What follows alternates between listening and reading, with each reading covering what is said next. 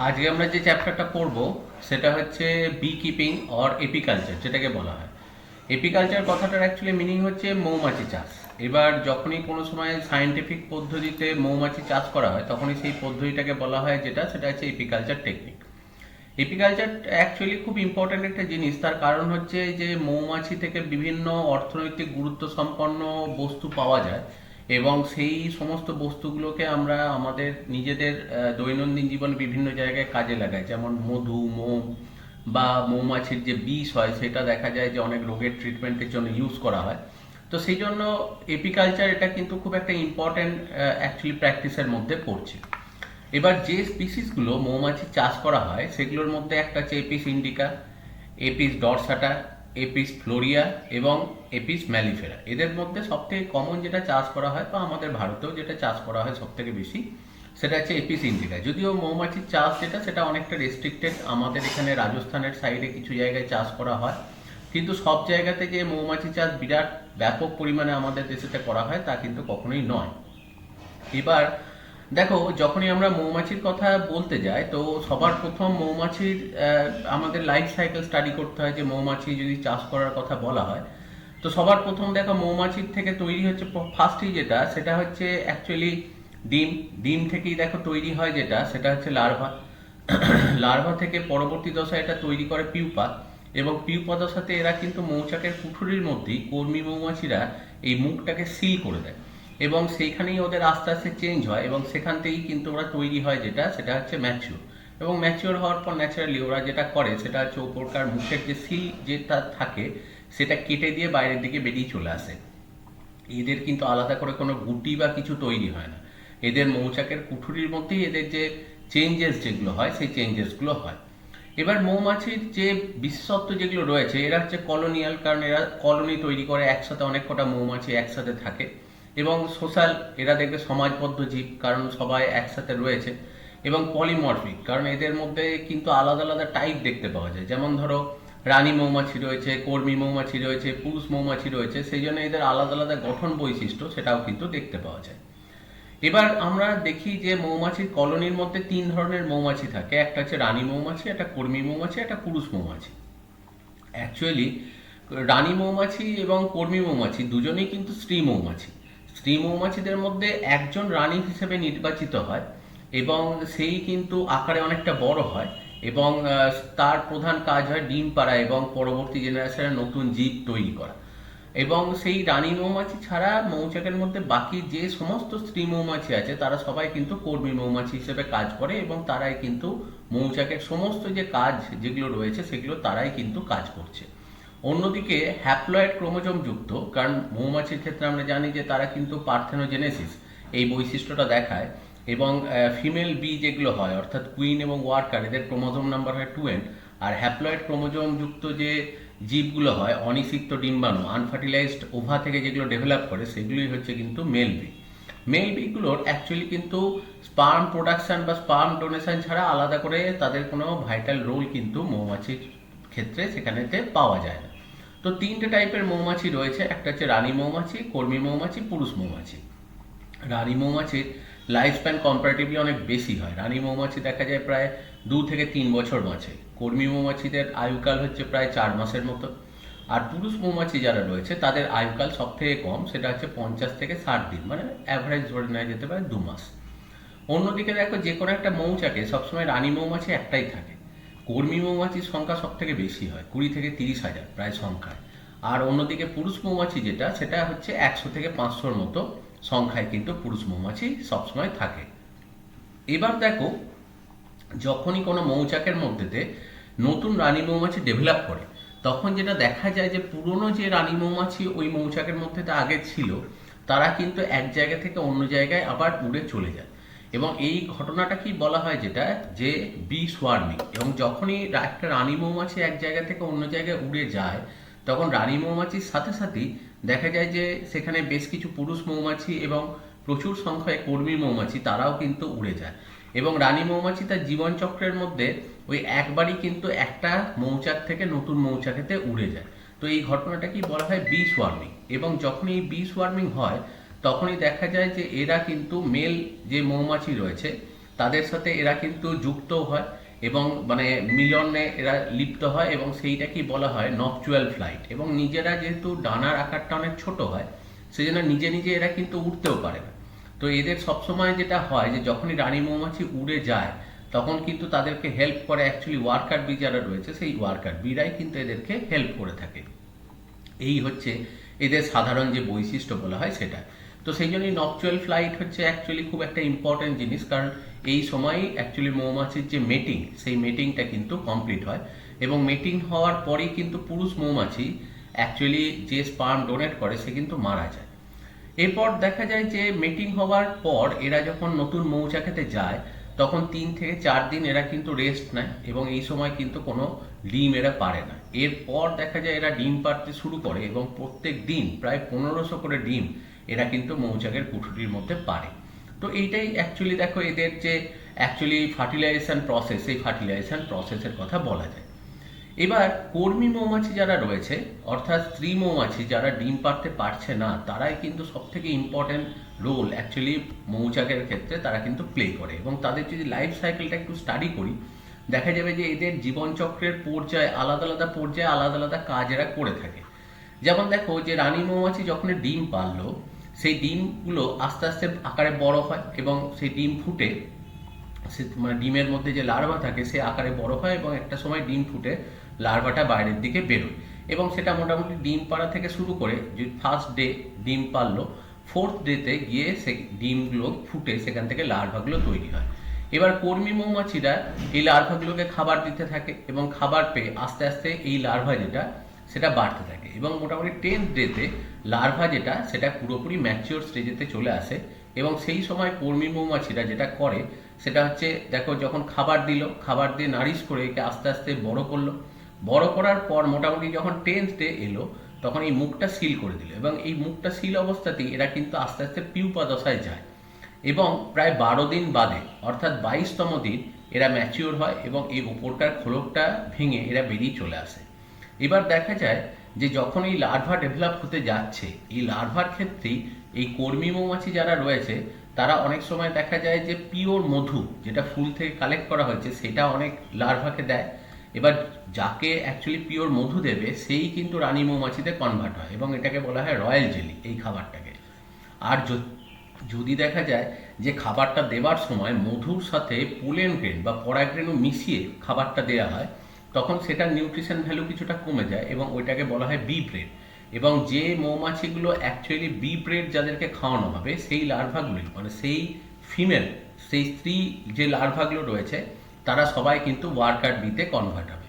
এবং 22তম দিনেতে দেখো worker B যারা তারা ডেভেলপ করলো, ডেভেলপ করার পরই প্রথম দিকে এদের যে কাজটা হয়, দেখো প্রথম 2-3 দিন ধরে এরা যে কাজটা করে সেটা হচ্ছে ক্লিনিং, অর্থাৎ যে মানে কুঠুরিগুলোর মধ্যে এরা ডেভেলপ করেছে সেইগুলোকে পরিষ্কার করার কাজ করে। এরপর দেখা যায় এর পরবর্তী সময় এদের যেটা কাজ হয় যে নেক্সট ব্যাচে যখন আবার নতুন অ্যাকচুয়ালি মৌমাছি তৈরি হচ্ছে, সেই মৌমাছিগুলো লালন পালন যেটা করার কাজ, সেই কাজটা এরা তার পরবর্তী সময়টাতে করে।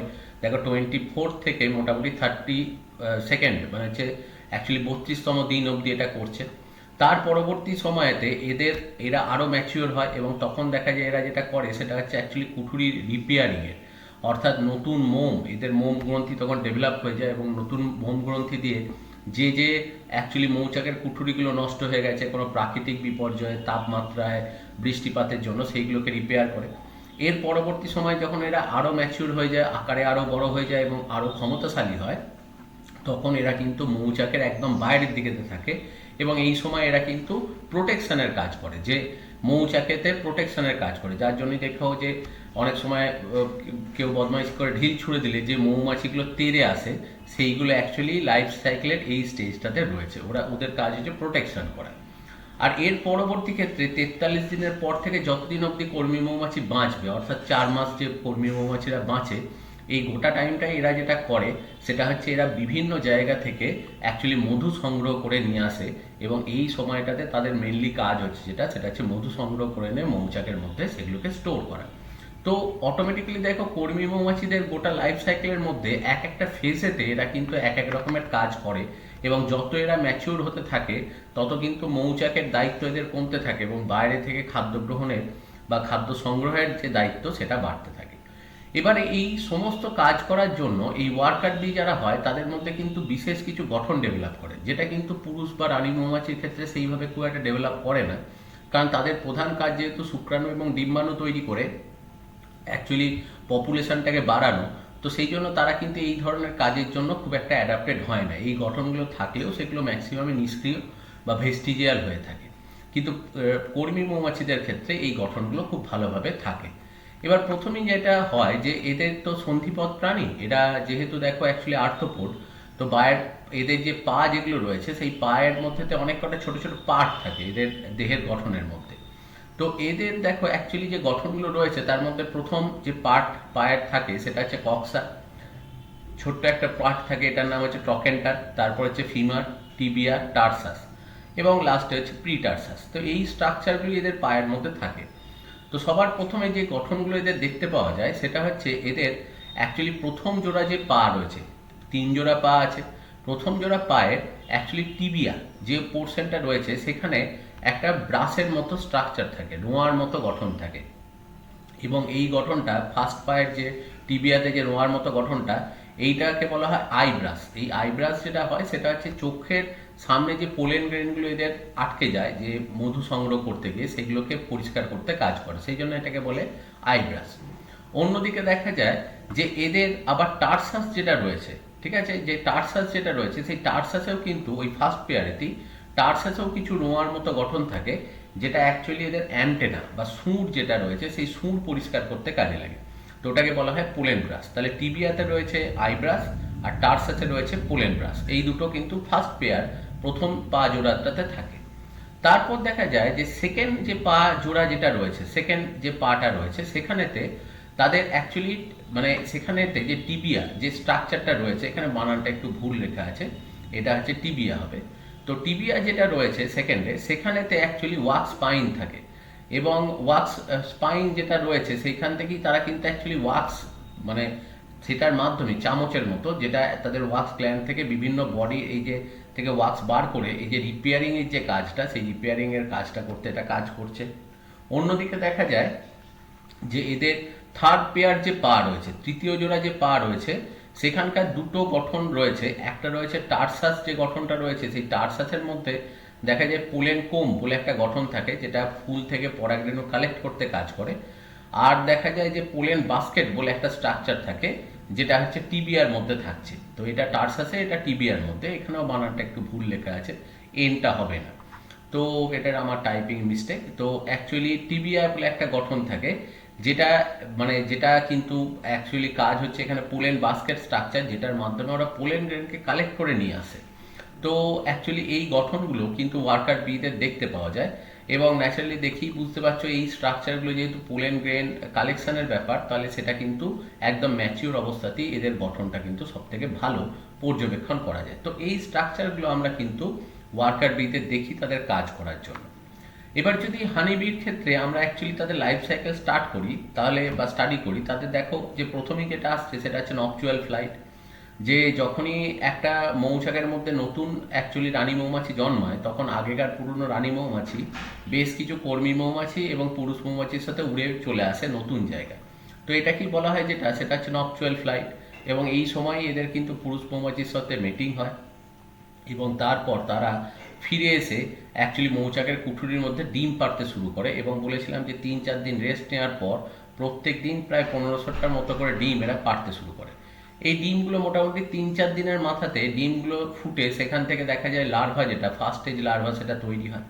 এবং সেই লার্ভাগুলোকে অ্যাকচুয়ালি আগেকার কর্মী মৌমাছিরা তারা খাবার খাওয়াতে শুরু করে, এবং সেটা রয়্যাল জেলি বা বি ব্রেড যে কোনো রকমের খাবার হতে পারে। আগেই বলেছি রয়্যাল জেলি যাকে খাওয়ানো হয় সে অ্যাকচুয়ালি রানী মৌমাছিতে কনভার্ট হয়, বাকিরা কিন্তু কর্মী মৌমাছি হয় যাদের বি ব্রেড খাওয়ানো হয়। এরপর কিন্তু আস্তে আস্তে লার্ভা স্টেজ যেটা, সেটা ধীরে ধীরে দেখো ম্যাচিওর স্টেজের দিকে পরিণত হতে থাকে। এইভাবেই তাদের স্ট্রাকচারাল মডিফিকেশন হচ্ছে, এবং আস্তে আস্তে দেখো লার্ভাল স্টেজ থেকে তারা ম্যাচিওর স্টেজের দিকে যাচ্ছে। এবং এই অবস্থাটা পুরোপুরি কিন্তু পিউপা দশার মধ্যে হয়, মৌচাকের কুঠুরির মধ্যেতে ঘটে। এগুলো কুঠুরিগুলোকে কেটে বার করে দেখানো হচ্ছে, এবং 7 থেকে 15 দিন মতো এই গোটা ম্যাচুরিটিটাতে এদের সময় লাগে। এবং যখন একদম এরা ম্যাচিওর হয়ে যায় তখন মৌচাকের ওপরকার কুঠুরির ওপরকার যে সিলগুলো, সেই সিলগুলোকে কেটে এরা বেরিয়ে চলে আসে এবং এই অবস্থায় এদেরকে বলা হয় যেটা সেটা হচ্ছে ইম্যাগো। তো ইম্যাগো স্টেজটাতে এরা কিন্তু অ্যাকচুয়ালি বেরিয়ে চলে আসে। তো এই গঠনটা দেখতে পাওয়া যায়। এবার অ্যাকচুয়ালি মৌচাকের যে কুঠুরিগুলো রয়েছে সেগুলো দুটো টাইপের হয়। একটা হচ্ছে স্টোরেজ সেল, মানে যে কুঠুরিগুলোর মধ্যেতে অ্যাকচুয়ালি পোলেন গ্রেন বা মধু সঞ্চয় করা থাকে সেগুলোকে বলা হয় স্টোরেজ সেল। আর যেগুলোর মধ্যে লার্ভাল ডেভেলপমেন্ট হয় সেগুলোকে বলা হয় যেটা সেটা হচ্ছে ব্রুড সেল, সেগুলোতে অ্যাকচুয়ালি ব্রুড সেল বলা হয়। তো এই রকম গঠন অ্যাকচুয়ালি দেখতে পাওয়া যায়, তবে বেশিরভাগ ক্ষেত্রে দেখা যায় মৌচাকের ক্ষেত্রে তার উপরের দিকের যে কুঠুরিগুলো থাকে সেইগুলোতেই মেনলি হয়, যেটা সেটা হচ্ছে তোমার অ্যাকচুয়ালি খাবার স্টোর করে রাখার গঠনটা সেখানে থাকে, আর নিচের দিকের যে সেলগুলো থাকে সেইগুলোই কিন্তু ব্রুড সেল হিসেবে মেনলি ফাংশন করে থাকে। এই হচ্ছে ব্যাপার। এবার এখানেতে দেখো আর একটা জিনিস আসছে, সেটা হচ্ছে বি ড্যান্স, যেটা খুব ইম্পর্ট্যান্ট একটা জিনিস, যে এটা সবার প্রথম কার্ল ভন ফ্রিস বলে একজন সায়েন্টিস্ট 1973-তে ডিসকভার করে এবং এই ডিসকভারির জন্য উনি কিন্তু নোবেল প্রাইজ পায়। তো এই বি ড্যান্সের অ্যাকচুয়ালি বক্তব্য যেটা ছিল যে কর্মী মৌমাছিরা যখনই ধরো কোনো জায়গাতে মানে মধুর সন্ধান পায়, অ্যাকচুয়ালি কর্মী মৌমাছিতে দুটো টাইপ হয়। একটা হচ্ছে স্কাউট, স্কাউট বি যারা হয় তারা বিভিন্ন জায়গায় মৌচাক থেকে বিভিন্ন জায়গায় তারা ছড়িয়ে ছিটিয়ে ঘুরে বেড়ায় এবং তারা গিয়ে আশপাশে কোথায় ফুলের বাগান আছে তার সন্ধান নিয়ে আসে। এবার সন্ধান নিয়ে আসার পর তারা কিন্তু অন্য কর্মী মৌমাছি যারা অ্যাকচুয়ালি সংখ্যায় অনেক বেশি এবং যাদের কাজ হচ্ছে গিয়ে সেই মধু বা পোলেন গ্রেন সংগ্রহ করে আনা, তাদেরকে নাচের মাধ্যমে সেটাকে শেখায় বা তাদেরকে দেখায় এবং সেই তাদেরকে বলা হয় ফোরেজার, এবং সেই ফোরেজাররা গিয়ে কিন্তু এই মধু যেটা সেটাকে কালেক্ট করে আনে। এবার দুরকম এরা অ্যাকচুয়ালি নৃত্য যেটা সেটা দেখায়, একটাকে বলে রাউন্ড ড্যান্স, একটাকে বলা হয় ওয়াগল ড্যান্স।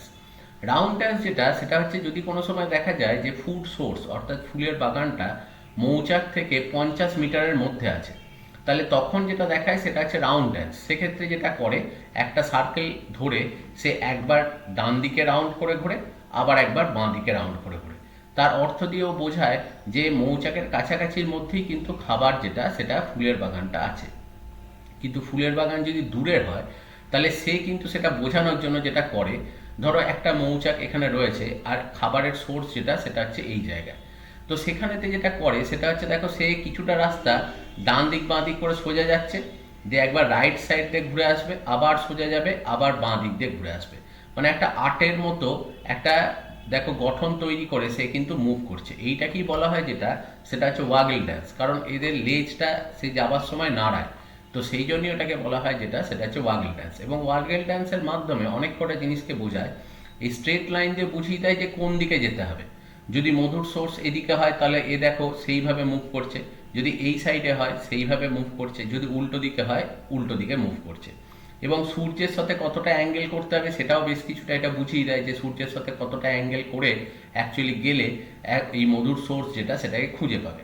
এবং এই মাঝের যে ডিস্টেন্সটা রয়েছে এই ডিস্টেন্সটার উপরই কিন্তু পুরো জিনিসটা নির্ভরশীল। যদি দেখা যায় আমি সাপোজ বললাম যে এই মাঝের ডিস্টেন্সটাতে সে যদি 1 সেকেন্ড ওড়ে তাহলে হয়তো বোঝাচ্ছে 100 মিটার দূরে আছে। এই মাঝের ডিস্টেন্সটা সে যদি 5 সেকেন্ড ধরে কভার করে তারপর যদি এই টার্নগুলো নেয় তাহলে বুঝতে হবে যে 500 মিটার দূরে মধুটা আছে। তো এইভাবে ওরা কিন্তু অ্যাকচুয়ালি স্কাউট যারা খুঁজে আসছে মধুর ভাণ্ডারটাকে তারা কিন্তু ফোরেজারদের বোঝায় এবং তার উপরে নির্ভর করি ওরা কিন্তু গিয়ে মধু যেগুলো সেগুলো সংগ্রহ করে আনে। এবং মানে আমরা যেরকম কথা বলে অ্যাকচুয়ালি একজন আর একজনের সাথে কমিউনিকেট করি, ওরা কিন্তু এরকম নৃত্যের ছন্দের মাধ্যমে বা নৃত্যের তালেতে ওরা কিন্তু একজন আর একজনের সাথে কমিউনিকেট করছে। এবং এইটা আবিষ্কারের জন্যই কার্ল ভন ফ্রিস তিনি কিন্তু নোবেল প্রাইজ পেয়েছিলেন। এবং এই ধরনের অন্যান্য অ্যানিমেলের মধ্যে যে কমিউনিকেশন মেথড, অন্যান্য জীবের মধ্যে যে কথা বলার পদ্ধতি, এইগুলো নিয়ে যখন স্টাডি করা হয় তখনই সেটাকে বলা হয় যেটা সেটা হচ্ছে ইথোলজি। এবার দেখো যে অনেক ক্ষেত্রে যেটা করা হয় সেটা হচ্ছে যে যখনই মৌচাক তৈরি করা হয় বা আর্টিফিশিয়ালি কালচার করা হয় তখন কিছু কিছু সময় হয় যে সময় আশপাশের পরিবেশের মধ্যে ফুলের সংখ্যা অনেক বেশি হয়, সেই সময় যখন চাষ করা হয় তখন মধুর প্রোডাকশন অনেক বেশি হয় এবং সেই সময়টা হচ্ছে এপ্রিল থেকে জুন মাস। তো এই সময় যেহেতু মৌচাকের মধ্যে মধু বেশি পাওয়া যায় সেই জন্য এই টাইমটাকে বলা হয় হানি ফ্লো সিজন। কিন্তু দেখা যায় অন্য টাইমে যদি করতে হয় তখন কিন্তু দেখা যায় যে ফুল যেহেতু কম সেহেতু হয়তো খুব ভালো সেখানে ফলন পাওয়া যায় না। তখন যেটা করা হয় যে যেখানে মৌমাছির চাষ করা হচ্ছে তার আশপাশের কোনো জায়গাতে বাটির মধ্যেতে অ্যাকচুয়ালি মানে শরবত, মানে জলের মধ্যে চিনি গুলে সেটা দিয়ে দেওয়া হয় এবং সেইটা থেকেই মধু তৈরি করা হয় আর্টিফিশিয়ালি। এবং সেক্ষেত্রে দেখো যে 1 কেজি সুগার 8 লিটার জলের মধ্যে গুলে সেগুলো বিভিন্ন কন্টেনারের মধ্যে মৌচাকের কাছাকাছি রাখা হয়। এবং যখনই সেই মানে চিনিগুলা জলটা মুখের মধ্যে দিয়ে ওরা নিয়ে আসে, অ্যাকচুয়ালি যেগুলো তোমার মানে ওয়ার্কার বি হয়, সেই ওয়ার্কার বিদের মুখের লালা গ্রন্থির মধ্যে ওই জিনিসগুলি ফার্মেন্ট হয়ে কিন্তু মধুতে কনভার্ট হয়। তো এইভাবেও কিন্তু অ্যাকচুয়ালি চাষ যেটা, সেই চাষ পদ্ধতিটা করা হয়। এবার যখনই এপিকালচারের কথা আমরা আসি, যেখানে এপিকালচার করা হয় সেই জায়গাটাকে বলা হয় এপিয়ারি, যেখানে এপিকালচার প্রসেসটাকে চালানো হচ্ছে। এবার কিছু আছে দেখো এপিকালচারের ন্যাচারাল প্রসেস, মানে যেটাতে আলাদা করে কালচার কিছু করা হয় না। সেখানে যেটা হয় যে অনেক প্রাচীন কাল থেকেই যেটা করা হয়, যে আদিবাসী মানুষ যারা রয়েছে, যারা জঙ্গলের কাছাকাছি থাকে, তারা সেই যেখানেতে মৌচাক তৈরি হয়েছে সেখানেতে যায় এবং প্রচুর ধোঁয়া তৈরি করে কৃত্রিমভাবে। এবং ধোঁয়া তৈরি করলেই মৌমাছিগুলো সেখান থেকে উড়ে চলে যায়। আর যখনই উড়ে চলে যায় সেইখান থেকেই কিন্তু ভেঙে যে মধু যেগুলো রয়েছে সেই মধুগুলোকে বার করে নিয়ে চলে আসে। তো এইভাবেই কিন্তু যে আগেকার দিনে এইভাবেই প্র্যাকটিসগুলো কিন্তু চালানো হতো। তো এইভাবেই কিন্তু বি কালচার বা এপিয়ারি এটা কিন্তু অনেক প্রাচীন কাল থেকেই চলে আসে। কিন্তু বর্তমানে যে টেকনিকগুলো অ্যাকচুয়ালি অ্যাপ্লাই করা হয় সেগুলো অনেকটা অ্যাডভান্স। কিন্তু প্রথম দিকে যখন মানে অ্যাকচুয়ালি আর্টিফিশিয়ালি কালচারগুলো করা হতো, তখন একটা জিনিস বোঝা যায় যে রানী মৌমাছিকে কোনোভাবে যদি ট্র্যাপ করা হয় তাহলে, এবং রানী মৌমাছিকে যেখানে রাখবে কর্মী মৌমাছি এবং পুরুষ মৌমাছি সেখানেই আসবে। তো সেই ধারণা থেকে অনেক সময় পুরনো গাছের গুঁড়ির মধ্যেতে রানী মৌমাছিকে খাঁচার মধ্যে ভরে একটা চাষের টেকনিক ছিল, যে সেক্ষেত্রে দেখো গাছের ডাল বা অন্যান্য পাহাড়ের গায়েতে ওঠার দরকার থাকতো না। অ্যাকচুয়ালি যেখানে রানী মৌমাছিকে রেখে দেওয়া হতো, অর্থাৎ মানুষের নাগালের বা আয়ত্তের মধ্যে, সেইখানেই কিন্তু মৌচাকটা তৈরি হতো। তাতে মধু সংগ্রহ করাটা সুবিধাজনক হতো এবং মধু নষ্টও হতো কম।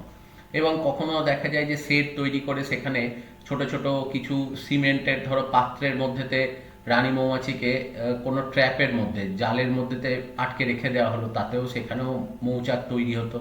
আবার কখনো কখনো এরকম ড্রামের মতো গঠন তৈরি করেও সেখানে মৌচাক তৈরি করে সেখানেও কিন্তু এপিকালচার করা হতো। এগুলো কিন্তু কম্পারেটিভলি পুরনো টেকনিক। আর আধুনিক যে টেকনিক যেটা হয় সেটা পুরোপুরি একটা সিস্টেমেটিক সায়েন্টিফিক ওয়েতে এটা করা হয়, এবং সেক্ষেত্রে এরকম ড্রয়ারের মতো কিছু বক্স পরপর সাজিয়ে এই কাজটা করা হয়। এবং এক্ষেত্রে এই যে গঠন যেটা রয়েছে, এই যে মডার্ন যে যন্ত্রটা বা কাঠের মতো এই যে ব্লকটা তৈরি করা হচ্ছে, এটাকে বলা হয় যেটা, সেটা হচ্ছে মুভেবল ফ্রেম হাইভ। তো এই যে মৌচাকের যে গঠন সেটা মুভেবল ফ্রেম মেথড বলে, এবং অনেক সময় এটাকে নিউটন বক্স বা ল্যাংস্ট্রথ বক্সও বলা হয়, যে সায়েন্টিস্টরা ডিসকভার করেছিল তার নাম অনুযায়ী। এখানে যে সিস্টেমটা আছে, এখানেতে কতগুলো দেখো ছোট ছোট এখানেতে ব্লকের মতো রয়েছে। এবার একদম সবার উপরেতে যেটা রয়েছে সেটা আউটার কভার, এটা বৃষ্টির জল ঝড় থেকে আটকানোর জন্য। এবং তার নিচেতে আর একটা কভার থাকে যেটাকে বলছে ইনার কভার, যেখানে একটা হোল থাকে, ছিদ্র থাকে, এবং বাইরের দিকেও বেশ কিছু ছিদ্র থাকে যাতে এয়ার পাস করতে পারে। এরপর হানি সুপার একদম উপরের দিকেতে এই গঠনটা থাকে, এবং এই জায়গাতেই কিন্তু বেশি মধু যেটা সেটা সঞ্চিত হয়। অন্যদিকে এরপরে একটা কুইন এক্সক্লুডার থাকে। কুইন এক্সক্লুডার মানে হচ্ছে রানী মৌমাছিটাকে এখানে রেখে দেওয়া হয়। এর ওপরেতে এই নিচের দিকে তো বেরোনোর উপায় নেই, ওপর দিক দিয়ে বেরিয়ে যেতে পারে, সেই কারণে দেখা যায় যে ওপরেতে একটা নেট লাগিয়ে দেওয়া হয়। এইটাই হচ্ছে এই কুইন এক্সক্লুডার, যেটা রানী মৌমাছিটাকে এই ভেতরেতে ট্র্যাপ করে রেখে দেবে। এবার তার ভেতরেতেই দেখো এখানে D5 যে বডিজ যেগুলো রয়েছে সেগুলি ড্রয়ারের মতো। অ্যাকচুয়ালি এই ড্রয়ারগুলোকে ভেতরটা যদি দেখা হয় তাহলে এর ভেতরে ছোট ছোট অনেক দেখো এরকম ছোট ছোট ফ্রেমের মতো স্ট্রাকচার এখানে বসানো আছে, যেগুলো এখানে বড় করে দেখাচ্ছে। এটা আর কিছুই নয়, এই গোটাটাতেই মৌচাকটা তৈরি হবে, কিন্তু পরে এই ছোট ছোট ব্লক থাকলে কেটে কেটে আমাদের মধুটাকে এক্সট্র্যাক্ট করতে সুবিধা হয়। সেই জন্যই এই বড় ফ্রেমটার মধ্যেতে এই ছোট ছোট ফ্রেমের মতো স্ট্রাকচারগুলো বসানো থাকে, যাতে কেটে এক্সট্র্যাক্ট করতে সুবিধা হয়। আর অন্যদিকে একদম নিচেতে এন্ট্রান্স রিডিউসার বলে একটা স্ট্রাকচার থাকে, যেখান দিয়ে কর্মী মৌমাছিরা ঢোকা বেরোনো করতে পারে। কিন্তু এখানকার মাঝের গ্যাপটা এত ছোট হয় যে রানী মৌমাছি বেরোতে পারে না। তাহলে বাইরের দিক দিয়েও দেখো এই কুইন এক্সক্লুডার থাকার জন্য বেরোতে পারছে না, নিচের দিক দিয়েও বেরোতে পারছে না। কিন্তু যেহেতু কর্মী মৌমাছিদের আকার ছোট হয় সেই জন্য তারা কিন্তু দুটো সাইড দিয়ে ঢোকা বেরোনো করতে পারে। এবং নিচেতে একটা স্ট্যান্ড রাখা হয়, যে স্ট্যান্ডের ওপরেতে এটা তুলে রাখা হচ্ছে, যেটা জল ঝড় বৃষ্টি থেকে একে আটকায়। এবং এখানে দেখো এই যে গ্যাপ যেটা মাঝের রয়েছে, এই যে এখানে যে গ্যাপটা, সেইখান দিয়ে কিন্তু এখানে ভালো করে দেখলেই বুঝতে পারবে ওইখানটা দিয়ে কিন্তু মৌমাছিগুলো ঢোকা বেরোনো করছে। এবং এই ভেতরগুলো সবই কিন্তু সেখানে মধু যেটা সেই মধু কিন্তু তৈরি হয়। এবার যখন এটাকে রানী মৌমাছিকে ট্র্যাপ করে রেখে দেওয়ার পর যখন ধরো অনেক দিন রেখে দেওয়া হলো, তখন যখন মৌচাক গঠন হয়ে যায় এই ফ্রেমগুলোকে কেটে কেটে বার করা হয়, আর তখন কিন্তু এইভাবে মৌচাকটা অ্যাকচুয়ালি ছোট ছোট পার্টে ভেঙে যায় এবং সেখান থেকে মধু এক্সট্র্যাক্ট করতে কিন্তু সুবিধা হয়। তো এবং এই যে ফ্রেমগুলো এইগুলোকেই বলা হয় মুভেবল ফ্রেম। তো যেহেতু এদেরকে ডিট্যাচ করা যাচ্ছে, আলাদা করে নেওয়া যাচ্ছে, সেই জন্য এইগুলোকে বলে যেটা সেটা হচ্ছে মুভেবল ফ্রেম হাইভ। এবং আইসিএআর সবার প্রথম যে অ্যাকচুয়ালি ভারতের মধ্যে যে তোমার চাষের নিয়ে যখনই কথা হয় তখন দেখবে আইসিএআর বলে যে অর্গানাইজেশনটা আছে এই কিন্তু অ্যাকচুয়ালি সমস্ত কাজগুলোকে করে। তো সেই সবার ফার্স্টেতে কিন্তু পাঞ্জাবের মধ্যে 1945-এতে অ্যাকচুয়ালি এপিকালচার যে টেকনিক সেই এপিকালচার টেকনিকটা স্টার্ট করেছিল। যদিও এর পরবর্তী সময়ে ওয়েস্ট বেঙ্গলেও একটা সময় কিন্তু এই মৌমাছি চাষের চেষ্টা যেটা সেটা কিন্তু করা হয়েছিল, কিন্তু এই যে মৌমাছি চাষের যে চেষ্টা আমাদের অ্যাকচুয়ালি পশ্চিমবঙ্গের মধ্যে করা হয়েছিল সেটা কিন্তু খুব একটা ফলপ্রসূ হয়নি, যার জন্য পরবর্তী ক্ষেত্রে যেহেতু এটা সাকসেসফুলি চাষ করা সম্ভব হয়নি, তো সেই জন্য পরবর্তী ক্ষেত্রে কিন্তু আর এইভাবে আলাদা করে চাষ করা হয়নি। কিন্তু এখনো অবধি সেই তখন থেকে শুরু করে কিন্তু এখনো অবধি পাঞ্জাবের মধ্যেতেই এই চাষ কিন্তু অ্যাকচুয়ালি করা হয়ে থাকে। তো এটা দেখো একটা খুব ইম্পর্টেন্ট জিনিস যে আমাদের পাঞ্জাবের মধ্যে এখনো অবধি কিন্তু এই চাষ যেটা সেই চাষ কিন্তু করা হয় এবং সেটা অর্গানাইজ করেছিল যেটা সেটা হচ্ছে আইসিএআর। এরাই কিন্তু অ্যাকচুয়ালি গোটা জিনিসটাকে অর্গানাইজ করেছিল। এরপর যেটা চলে আসছি সেটা হচ্ছে এপিকালচারের যে স্টেপগুলো রয়েছে বা এপিকালচার যে পদ্ধতিটা রয়েছে তার যে পর্যায়গুলো, যেভাবে আমরা অ্যাকচুয়ালি দেখো এপিকালচার পদ্ধতিটা মানে কন্ট্রোল করি বা যেভাবে এপিকালচার পদ্ধতিটাকে চালানো হয়, সেটা হচ্ছে প্রথমেই যেটা করা হয় সেটা হচ্ছে ওই নিউটন বক্স যেটা রয়েছে সেটার সেট আপ। ফার্স্টেই দেখো কোনো একটা জায়গায় যেখানে মৌমাছি চাষ করা হবে সেখানে নিউটন বক্সগুলোকে পরপর প্রত্যেকটা পার্ট, যেহেতু এটা অনেক কটা পার্ট আছে সেই পার্টগুলোকে সাজিয়ে সেখানেতে সেট আপটা করা হয় এবং রানী মৌমাছি যেটা সেইটাই হচ্ছে টার্গেট, তাকেই কিন্তু ওই মাঝখানেতে ট্র্যাক করে রেখে দেওয়া হয়। এবং সেখানেতে রাখার পর দেখো ওইখানে এই ফ্রেমগুলোর ভেতরেতে আস্তে আস্তে মৌমাছিগুলো যেগুলো রয়েছে তারা মৌচাক তৈরি করতে শুরু করছে ফ্রেমের ভেতরেতে। এবার যখন দেখা যায় যে এখানেতে মৌমাছিরা মৌচাক তৈরি করে ফেলেছে, মধু তৈরি হয়ে গেছে, তখন যেটা করা হয় সেটা হচ্ছে যে এখানে দেখো অ্যাকচুয়ালি স্মোক, প্রচুর ধোঁয়া দেওয়া হয়, উপরটা খোলা হচ্ছে, দেখো উপরকার কভারটা খোলা হচ্ছে এবং প্রচুর ধোঁয়া অ্যাপ্লাই করা হচ্ছে যাতে মৌমাছিগুলো উড়ে যায়। এবং ভালো করে দেখলেই বুঝতে পারবে এই ওপরেতে একটা নেট দেওয়া আছে, এইটাই হচ্ছে কুইন এক্সক্লুডার, যেটার মাঝখান দিয়ে কর্মী মৌমাছিরা বেরোতে পারে কিন্তু রানী মৌমাছি আকারে বড় হওয়ার জন্য তারা কিন্তু কখনোই বেরোতে পারে না। তাহলে এই রকম জিনিস দেখতে পাওয়া যায়। এবার দেখো যখন এই মৌমাছি চাষ করা হয় বিভিন্ন অ্যাকচুয়ালি সেখানেতে জামা কাপড় বিশেষ বা ধরো অ্যাপারেটাস ব্যবহার করা হয়, যার মধ্যে প্রথমেই আসছে বি ভেল। দেখো এই যেখানেই এরা অ্যাকচুয়ালি কাজ করতে যায় মুখের চারপাশে একটা নেট লাগিয়ে নেয় যাতে মৌমাছির কামড় থেকে বাঁচতে পারে, এই গঠনটাকে বলা হয় বি ভেল। আর কিছু কিছু সময় দেখো গোটা দেহ জুড়েই কিন্তু অ্যাকচুয়ালি একটা দেখো কভার পরা হচ্ছে, এটাকে বলা হয় ওভারঅল। এই স্ট্রাকচারটাকে বলে মানে এই যে কাপড়টা সেটাকে বলা হয় ওভারঅল। আর ধোঁয়া তৈরি করার জন্য যে ডিভাইসটা ব্যবহার করা হয় সেটাকে বলা হয় স্মোকার, যেটা দিয়ে অ্যাকচুয়ালি ধোঁয়া তৈরি করা হচ্ছে। এবার এটা ছাড়াও দেখো যে পরের যে পদ্ধতি যেটা আসছে সেটা হচ্ছে কি যে যখন এরকমভাবে মৌচাকগুলোকে মানে এই বিহাইভ যেগুলো সেগুলো রেখে দেওয়া হচ্ছে, নিউট্রন বক্সগুলো রেখে দেওয়া হচ্ছে এবং খেয়াল রাখা হচ্ছে। এবার হয়তো দেখা গেল 6 মাস বাদে বা 8 মাস বাদে যখন পুরোপুরি মধু যেটা সেটা তৈরি হয়ে গেছে, সেখানেতে অ্যাকচুয়ালি ওপর থেকে সব জিনিসগুলো রিমুভ করে আস্তে আস্তে এই সাইডগুলোকে কেটে কেটে আলাদা করে বার করে দেখা হয়েছে ভেতরে কতটা মধু সেখানে সঞ্চিত হয়েছে। এবার যখন দেখা যায় যে হ্যাঁ সাফিসিয়েন্ট পরিমাণে মধু এখানে তৈরি হয়ে গেছে যতটা চাওয়া হচ্ছে, তখন যেটা করা হয় যে প্রত্যেকটা মধু যে অ্যাকচুয়ালি ব্লক যে রয়েছে, অর্থাৎ ওই যে আমরা একটু আগে মুভেবল ফ্রেম যেগুলো সেগুলোকে আলাদা আলাদা করে কেটে কেটে সেপারেট করা হয়। এবার সাইডের দিকেতে এই হার্ড ফ্রেমটা থাকার জন্যই কিন্তু এরকম স্লাইস করে কেটে কেটে বার করা সুবিধা হয়। কিন্তু অন্যথায় যেটা হতো যদি এটা গোটাটাই একসাথে সলিড হয়ে তৈরি হতো তাহলে কাটতে গেলে মধু সব একসাথে মাখামাখি হয়ে যেত, তাহলে অটোমেটিক্যালি এটা এক্সট্রাকশন প্রসেসটা অনেকটা টাফ হয়ে যেত। সেই জন্যই কিন্তু এইগুলো এরকম মুভেবল ফ্রেমটা রাখা রয়েছে যাতে ওই এক্সট্রাকশনটাতে সুবিধা হয়। এরপর যেটা করে যে ছুরি দিয়ে আস্তে আস্তে দেখো এই ওপরের কভারিংগুলোকে রিমুভ করে দেওয়া হয় এবং আস্তে হেলিয়ে ধরলেই ধীরে ধীরে দেখো চালুনির মধ্যে দিয়ে মধু যেটা সেটা সেপারেট হয়ে যায়। আবার অনেক সময় যেটা করা হয় যে একটা বালতির মধ্যে একটা রোটার লাগানো হয় এবং সেখানে এই ব্লকগুলো মাঝখান থেকে কেটে নিয়ে চৌকো চৌকো ব্লকগুলো পাশে রেখে দেওয়া হয়, দিয়ে যখনই ঘোরানো হবে তখন মধুগুলো কিন্তু চারপাশে ছিটকে ছিটকে পড়বে, আর অন্যদিকে মোমগুলো কিন্তু এই বালতি যেটা রয়েছে সেই বালতির ভেতরেই থেকে যাবে। তো এই পদ্ধতিতেই কিন্তু মধু যেটা সেটা এক্সট্র্যাক্ট করা হয়।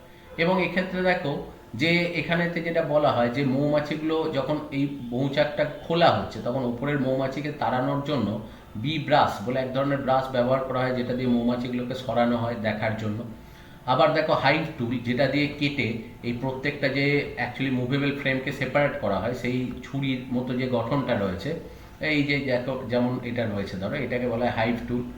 অন্যদিকে অ্যাকচুয়ালি দেখো যে তোমার মানে সেই সময় যখন মানে মৌমাছির ওপর থেকে মানে চাকের ওপর থেকে অ্যাকচুয়ালি তোমার কুইন এক্সক্লুডারটা খোলা হচ্ছে, তখন কুইন মৌমাছিটা যাতে উড়ে পালিয়ে না যায় সেই জন্য তাকে কিন্তু একটা ছোট বক্সের মধ্যে ভরে রেখে দেওয়া হয় বড় মৌমাছিটাকে, কারণ এমনিতেই তো কুইন মৌমাছি উঠতে পারে না, তো সেই জন্য ওটাকে ধরে বক্সের মধ্যে রেখে দিলে ও আর অন্য কোথাও যাওয়ারও কোনো সুযোগ থাকে না, যার জন্য ওকে আবার পুনরায় যখন আবার নতুন নিউটন বক্স সেট আপ করা হবে একে কিন্তু আবার ওই মাঝেতে ভরে দেওয়া হবে।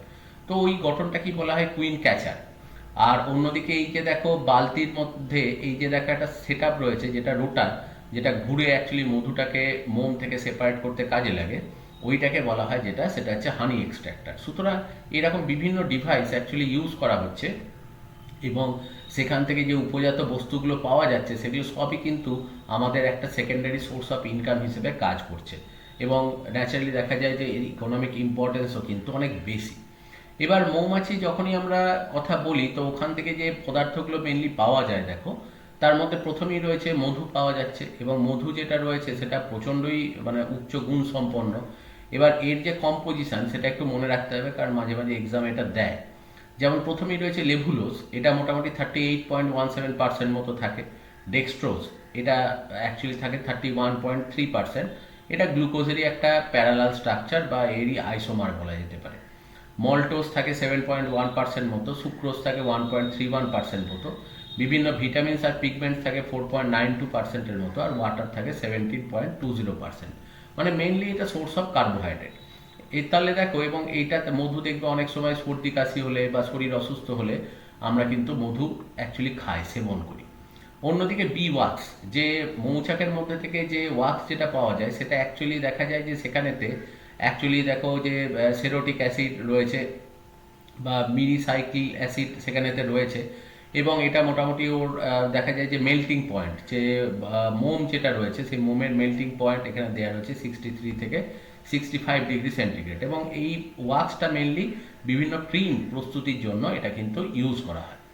অন্যদিকে হানিডিউ, যে অ্যাকচুয়ালি দেখা যায় যে মৌমাছির দেহ থেকে এক ধরনের নাইট্রোজেনাস ওয়েস্ট বেরোয় যেটারই নাম হচ্ছে হানিডিউ, যার মধ্যে কার্বোহাইড্রেট এবং অ্যামিনো অ্যাসিড প্রচুর বেশি পরিমাণে থাকে এবং এটা ইয়েলোইশ কালারের হয়। তো সেটা অ্যাকচুয়ালি মিষ্টি তৈরির জন্য ব্যবহার করা হয় মানে কালার হিসেবে, কারণ ওটা ন্যাচারাল সোর্স অফ কালার।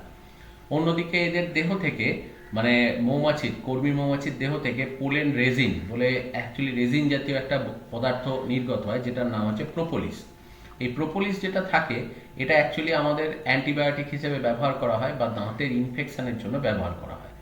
আর অন্যদিকে বি ভেনাম, যে অ্যাকচুয়ালি মৌমাছির যে বিষ রয়েছে সেটা আর্থ্রাইটিসের জন্য ব্যবহার করা হয় বা আইরিসের ইনফেকশনের জন্য তার ট্রিটমেন্টের জন্য ব্যবহার করা হয় বা ব্লাড প্রেশার ট্রিটমেন্টের জন্য এটাও কিন্তু ব্যবহার করা হয়। তাহলে এগুলো সবই দেখো বিভিন্ন রকম ইকোনমিক ইম্পর্টেন্স, যেটা আমরা অ্যাকচুয়ালি মৌমাছি চাষের মাধ্যমে এই সমস্ত গুরুত্বগুলো আমরা অ্যাকচুয়ালি পেয়ে থাকি।